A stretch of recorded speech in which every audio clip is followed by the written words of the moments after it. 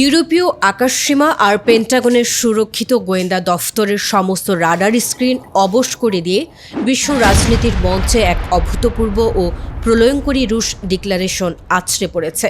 Kremlin master Vladimir Putin আজ রাতে পুরো পৃথিবীকে স্পষ্ট বুঝিয়ে দিয়েছেন, সমরাস্ত্রের দুনিয়ায় রাশিয়াই সবার সেরা এবং অপরাজেয়। ইউক্রেনের রাজধানী কিয়েভ সহ দেশটির প্রধান প্রধান শহরগুলোকে লক্ষ্য করে একযোগে ৬০০টি বিধ্বংসী ড্রোন এবং ৯০টি অত্যাধুনিক মিসাইল ছুড়েছে রুশ ফৌজ। এই মেগা অপারেশনের উদ্দেশ্য স্রেফ কোনো সামরিক জয় নয়, বরং পৃথিবীর বুক থেকে ইউক্রেন নামক রাষ্ট্রের অস্তিত্ব চিরতরে মুছে ফেলার এক ভয়ঙ্কর ও অনমনীয় রুশ জেদ। রাশিয়ার এই নতুন এবং চরম আগ্রাসী মনোভাব এখন ওভাল হাউসের ডোনাল্ড ট্রাম্প প্রশাসনের জন্য সবচেয়ে বড় মনস্তাত্ত্বিক আতঙ্ক ও চিন্তার কারণ হয়ে দাঁড়িয়েছে। গত শুক্রবার রাশিয়ার নিয়ন্ত্রণে থাকা স্টারোবিলস্কো শহরের একটি সেনা ডরমিটরিতে ইউক্রেনীয় বাহিনীর হামলার পর থেকেই ফুঁসছিল ক্রেমলিনের হাই কমান্ড। সেই হামলায় ২১ জন রুশ সেনার মৃত্যুর নির্মম প্রতিশোধ নিতে রবিবার ভোররাত থেকেই আকাশের বুক চিরে নেমে আসে জ্বলন্ত আগ্নেয়গিরি। ইউক্রেনীয় প্রেসিডেন্ট জেলেনস্কি অত্যন্ত আতঙ্কিত কণ্ঠে টেলিগ্রামে জানিয়েছেন, রাশিয়া এবার তাদের সবচেয়ে ডেডলি এবং পারমাণবিক ক্ষমতাসম্পন্ন ইন্টারমিডিয়েট রেঞ্জ হাইপারসনিক মিসাইল ওরেসনিক ব্যবহার করেছে। শব্দের চেয়ে ১০ গুণেরও বেশি দ্রুত গতিতে ছুটে চলা এই ওরেসনিক মিসাইলটি কিয়েভের কাছে বিলাসেকোরভা শহরের ওপর আঘাত হেনেছে। ফ্রান্সের প্রেসিডেন্ট ইমানুয়েল ম্যাক্রো এবং জার্মানির চ্যান্সেলর ফ্রেডরিক মার্স এক যৌথ বিবৃতিতে রাশিয়ার এই নন ইন্টারসেপ্টেবল মারণাস্ত্রের ব্যবহারের তীব্র নিন্দা জানালেও পুতিনের এই প্রলয় রোখার মতো কোনো প্রযুক্তি এই মুহূর্তে পশ্চিমাদের হাতে অবশিষ্ট নেই। রাতভর চলা এই মহাধ্বংসযজ্ঞ ওড়ার পর কিয়েভের শপিং মল, রেসিডেন্সিয়াল ব্লক এবং জরুরি সেবা কেন্দ্রগুলো এখন স্রেফ ধ্বংসস্তূপ। যদিও কিয়েভের জাতীয় পুলিশ দাবি করছে যে তারা বেশ কিছু ড্রোন ও মিসাইল ভূপাতিত করেছে, কিন্তু ওরেসনিকের মতো হাইপারসনিক ক্ষেপণাস্ত্রের সরাসরি আঘাত ন্যাটোর তৈরি সমস্ত এয়ার ডিফেন্স সিস্টেমকে পুরোপুরি বোকা বানিয়ে ছেড়েছে। ইউরোপীয় ইউনিয়নের পররাষ্ট্র নীতি বিষয়ক প্রধান কাজা কালাস একে রাশিয়ার নিউক্লিয়ার ব্রিঙ্কম্যানশিপ বা পারমাণবিক জুয়া বলে অভিহিত করেছেন। কিন্তু বাস্তবতা হলো, পুতিন প্রশাসন খুব ভালো করেই জানে যে আমেরিকার অস্ত্রাগার যেখানে এপিক ফিউরির কারণে ইতিমধ্যেই দেউলিয়া, ঠিক তখনই ইউক্রেনকে পৃথিবীর মানচিত্র থেকে মুছে দেওয়ার জন্য এটাই ক্রেমলিনের সেরা এবং চূড়ান্ত সুযোগ। ওভাল হাউসের গোপন ভোল্ট আর ক্যাপিটাল হিলের নীতি নির্ধারকদের সমস্ত হিসাব নিকাশ ওলট পালট করে দিয়ে আজ মধ্যপ্রাচ্যের তপ্ত মরুভূমি থেকে এক বিস্ফোরক সত্যের আত্মপ্রকাশ ঘটেছে। বেইজিং, মস্কো কিংবা পিয়ংইয়ং এর সমীকরণ ছাপিয়ে এবার ওয়াশিংটনের দীর্ঘদিনের একক আধিপত্যের ওপর এক মারাত্মক চাবুক কষল তেহরানের ছায়াফোর্ট।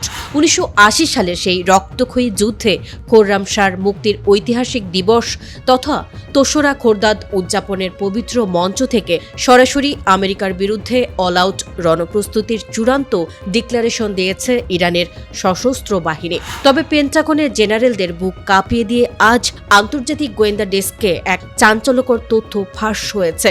বিশ্বের অন্তত ১০টি প্রভাবশালী রাষ্ট্র আমেরিকার দীর্ঘদিনের চোখ রাঙানি আর দাসত্বের জিঞ্জির ছিঁড়ে ফেলে অতি গোপনে ইরানের মাটিতে পাঠাতে শুরু করেছে তাদের তৈরি সবচেয়ে আধুনিক এবং মহাধ্বংসী সমরাস্ত্রের বিশাল বহর। ইরানের সামরিক কমান্ডের পক্ষ থেকে জারি করা এক বিবৃতিতে অত্যন্ত কড়া ভাষায় স্পষ্ট করা হয়েছে, ইমাম খোমেনির দেখানো ইস্পাত কঠিন আদর্শে বলিয়ান হয়ে ইরানের বিমান, নৌ এবং স্থলভাগের প্রতিটি ইউনিট এখন শত্রুর যে কোনো দুঃসাহস মাটির সাথে মিশিয়ে দিতে শতভাগ প্রস্তুত। খোররাম শাহের সেই অবিশ্বাস্য বিজয়ের দিন যেভাবে শত্রুপক্ষের সমস্ত দম্ভ ধুলোয় মিশে গিয়েছিল, আজ ঠিক সেই একই স্পিরিট নিয়ে নিজেদের এতদিন লুকিয়ে রাখা আন্ডারগ্রাউন্ড হাইপারসনিক ও ড্রোন বাংকারের দরজা খুলে দিয়েছে তেহরান। পেন্টাগনের গোয়েন্দা স্যাটেলাইটগুলো যা আজ পর্যন্ত ট্র্যাক করতে পারেনি সেই সব অপ্রকাশিত ও ডেডলি সমরাস্ত্র এখন সরাসরি যুদ্ধের ফ্রন্ট লাইনে নিয়ে আসা হচ্ছে, যা মার্কিন রণতরীগুলোকে সেকেন্ডের মধ্যে কয়লায় রূপান্তর করতে সক্ষম। গোয়েন্দা রিপোর্ট বলছে বিশ্বজুড়ে ওয়াশিংটনের একতরফা নিষেধাজ্ঞা আর দাদাগিরিতে ফুঁসতে থাকা এই দেশগুলো এখন আর হোয়াইট হাউসের কোনো হুমকি তোয়াক্কা করছে না। পেন্টাগনের এপিক ফিউরি অপারেশনের কারণে মার্কিন অস্ত্রাগার যখন ইতিমধ্যেই দেউলিয়া ও শূন্যের কোঠায়, ঠিক তখনই ইরানের মিত্র দেশগুলোর পাঠানো আধুনিক রাডার, জ্যামার ও ক্রুজ মিসাইলগুলো তেহরানের সুরক্ষা কবচকে এক অবেধ্য দুর্গে পরিণত করেছে। তেহরান সোজা ভাষায় ট্রাম্পকে বুঝিয়ে দিয়েছে, নতুন করে যদি ওভাল হাউস পারস্য উপসাগরে কোনো নোংরা খেলা খেলতে আসে, তবে তারা এমন এক সম্মিলিত প্রতিরোধের মুখে পড়বে যা সামলানোর ক্ষমতা খোদ আমেরিকার সমগ্র সামরিক শক্তিরও নেই।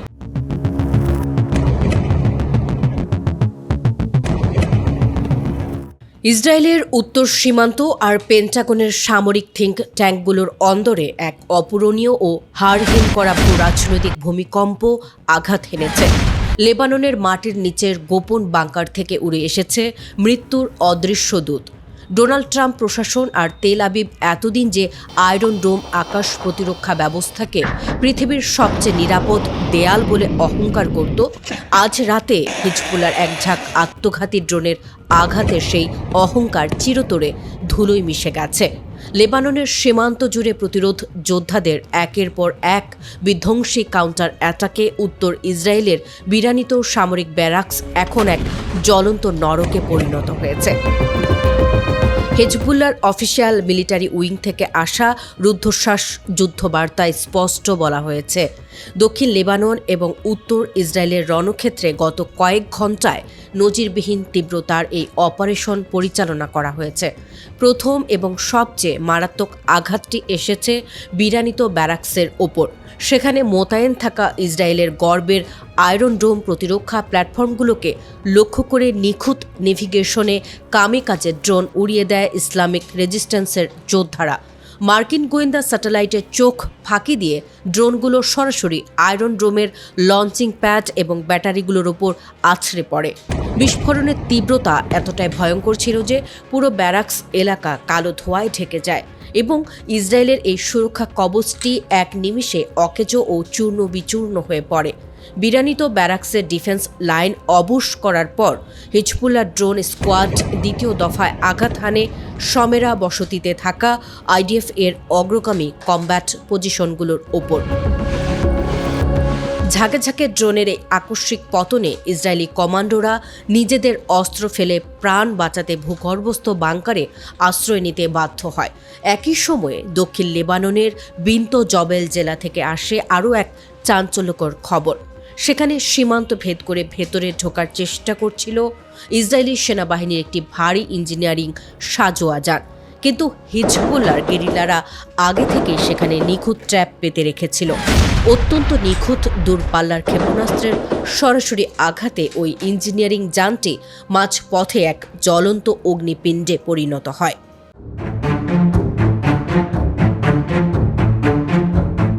ওভাল হাউসের গোপন ভোল্ট আর পেন্টাগনের সুরক্ষিত সমরাস্ত্রের দম্ভ চূর্ণ করে ওয়াশিংটনের ক্ষমতা অলিন্দ থেকে এক হাড়হিম করা সত্যের বিস্ফোরণ ঘটেছে।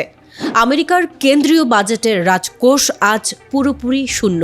পারস্য উপসাগরে ইরানের ওপর আধিপত্য দেখাতে গিয়ে ট্রাম্প প্রশাসন যে অপারেশন এপিক ফিউরির মরণ খেলায় মেতেছিল, তার পেছনে বিলিয়ন বিলিয়ন ডলারের ক্ষেপণাস্ত্র বাতাসে উড়িয়ে দিয়ে হোয়াইট হাউস আজ আক্ষরিক অর্থেই পকেট খালি করে বসে আছে।